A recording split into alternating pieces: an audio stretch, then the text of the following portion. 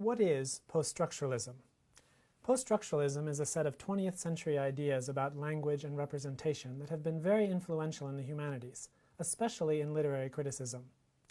We'll look at these ideas by focusing on one key concept in poststructuralism, the chain of signification. Poststructuralism is an extension or evolution of an earlier movement called structuralism. Literary critics often trace structuralism's beginnings to the work of the Swiss linguist Ferdinand de Saussure. Saussure looked at an element of language, let's say a word, and divided it into two parts, the sound of the word and the concept it represents. He called the sound of the word the signifier, and he called the concept the signified. The union of these two he called the sign. This diagram appears in Saussure's book, The Course in General Linguistics. Saussure pointed out that the association of a given sound or signifier with a given concept or signified is arbitrary. There's nothing natural, simple, or permanent about it. Saussure wrote, "The arbitrary nature of the sign dominates all the linguistics of language. Its consequences are numberless." This line, and its emphasis on the arbitrary association between these two halves, suggested an uncertainty or slippage in language that would become a key tenet of poststructuralism. How does that slippage arise? Well, in place of this idea that signified and signifier were closely tied to one another, Saussure observed that each term is defined in relation to other similar terms nearby. For example, the sound of the word horse differs only slightly from horn and hearse. Saussure pointed out that the concept, the signified, was also defined differentially in the same way. Defining meaning not positively but negatively, as a kind of gap between adjacent terms, this also contributed to this sense of slippage, and it would have far-reaching implications for later critics. In fact, Saussure had another diagram to express the blurry boundaries between terms.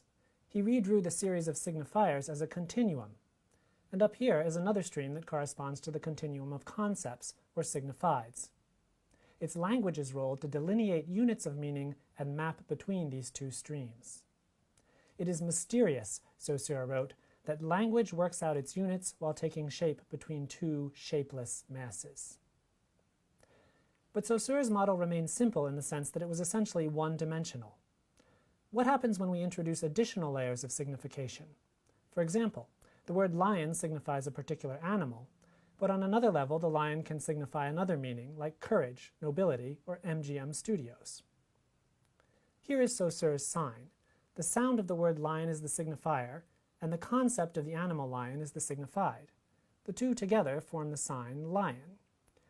Let's turn this on its side and redraw it slightly, and we'll put a label for the whole box or the whole sign. On another level, this whole sign is a signifier for something else, say, a king. We now have two nested signs, with one taking the role of signifier in the other. This diagram is adapted from one drawn by the literary critic Roland Barthes. And while Barthes focused on this two-term system, later critics extended it further, noting that these boxes could be nested infinitely. Radical poststructuralism suggests that the chain of signification has no end. Language never points to a concrete signified outside the chain that would anchor it in an external reality. Instead, language only ever points at additional layers of language further down the chain. The French philosopher Jacques Derrida played on Saussure's idea that meaning lies in difference by adding the idea that meaning is also deferred endlessly down this chain. It's worth noting that while Saussure and Barthes actually use the diagrams we looked at earlier, Derrida's writing never includes this image. In Derrida's text, it is prose, not diagrams, that has the upper hand, and perhaps this is because the idea of reducing meaning to something simple like a line drawing is exactly what radical poststructuralism rejects. Paul de Man wrote about the dangers of using a simple illustration to represent the complexity of representation itself. From the experience of reading abstract philosophical texts, we all know the relief one feels when the argument is interrupted by what we call a concrete example. Yet, at that very moment, when we think at last that we understand, we are further from comprehension than ever. De Man was talking about examples used to illustrate an argument, but what he says could apply equally to visual diagrams. Fair warning. Literature influenced by post-structuralism may reproduce these recursive structures in itself through devices like metafiction, in which the narrative contains other narratives nested within it. The opposite of this might be something like literary realism, literature that believes it can clearly and faithfully represent a reality that lies outside language. Post-structuralist critics tend to be skeptical of that belief and even wary of it. Whatever literature they look at, critics working in the wake of post-structuralism have embraced the ambiguity of language by searching for ways that the smallest details of a text can be read to generate new meanings, particularly surprising, even playful meanings that are at odds with the more obvious interpretations of a text. These conclusions about the slipperiness of meaning can be applied to non-literary language as well. Media theories influenced by post-structuralism suggest that the mass media no longer portrays real external events, but that events now mimic the media or are staged for it. From the self-referentiality of popular culture to the way politics is staged for the television cameras, these things are taken as evidence that electronic media have lost any referent or anchor in reality and only ever point at other layers of media. Derrida famously declared that there is nothing outside of the text. Naive critiques of this idea sometimes suggest that Derrida is denying the importance of a physical reality, but it might be more accurate to say that post-structuralism is about recognizing the power of language to shape and reshape our own individual realities in important ways. Realizing that there is nothing outside of the text means recognizing that we can never get outside these boxes. We can never get to the end of this chain, because there is no meaning or referent that cannot in turn be reinterpreted to mean something else. This idea that meaning is endlessly postponed may sound like a bleak conclusion, but many literary critics see it as an optimistic one.